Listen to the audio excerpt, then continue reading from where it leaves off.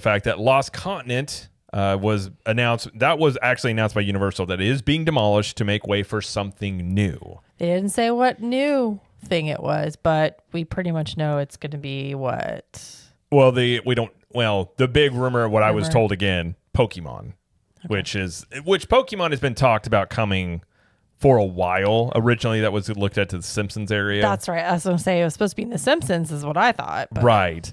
But apparently they moved this over to Lost Continent, and they've already started, which I figured would be the timeline. They got done with Rip Ride Rocket. They're slowly started. They removed some trees behind Poseidon's Fury. So I do believe they're going to go deeper into that area, into some of the backstage areas, because I think some of those got moved over to Epic.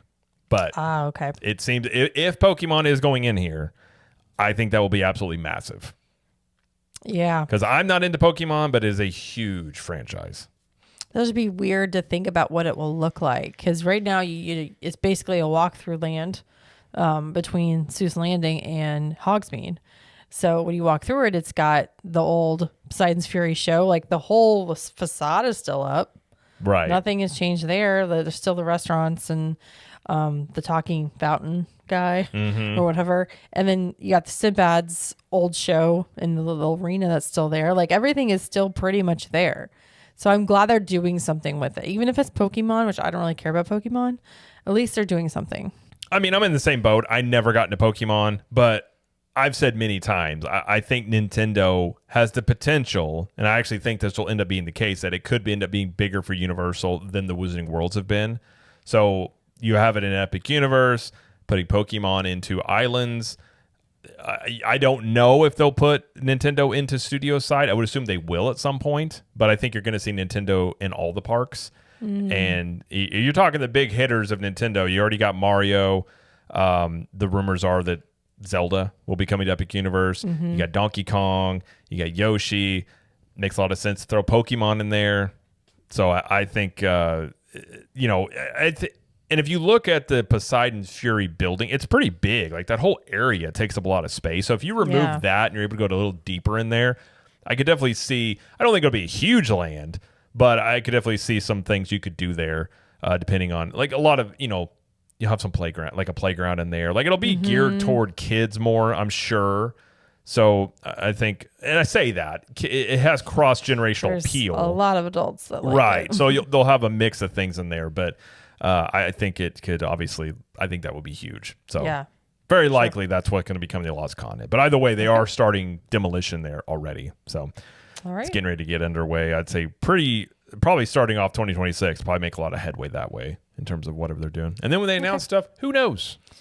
Because Universal just says it's for future projects. And then they stay pretty quiet for a while. They do have a tendency to do that, which I kind of like the way they do that, to be honest. Kind of builds like speculation about what's coming. Yeah. Yeah, because another certain company likes to tell you what they're going to do and then take forever to do it. That is very true. And that's not fun. That other company that you're speaking of, I feel like they should wear a black turtleneck and just do the full Steve Jobs thing. They wish. Because it does feel like an Apple event every year. You're just like, or every 2 years or whatever it is. But yeah. It does. Just go the full Jobs. Because apparently that's all he wore was black turtlenecks. That's right. That would not work well in Florida. No. If you're just like, my wardrobe is black turtlenecks in Florida. He still keeps the black turtleneck, but it comes in swim shorts. That's true. Or you make a mesh so they're like... They breathe a bit. Why do you have a mesh black? Why do you have a mesh turtleneck? But like that's my wardrobe. It's the only thing I can do. Although it's funny. I think Jobs started that, but there's a whole bunch of these like tech bros that literally have like the whole thinking here is like less decisions to make.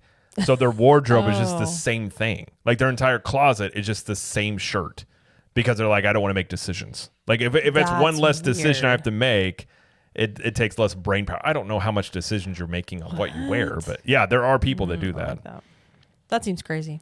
I'm not one of them, but I feel like that's a lot of commitment to be like one shirt and you buy like 50 of them. And then if you're like, I don't like this shirt. Right. Then you're stuck with it because you bought 50 of them. Like, sorry, bro. But then you're Steve Jobs and you have a ton of money. So you're like, whatever. Well, that's true.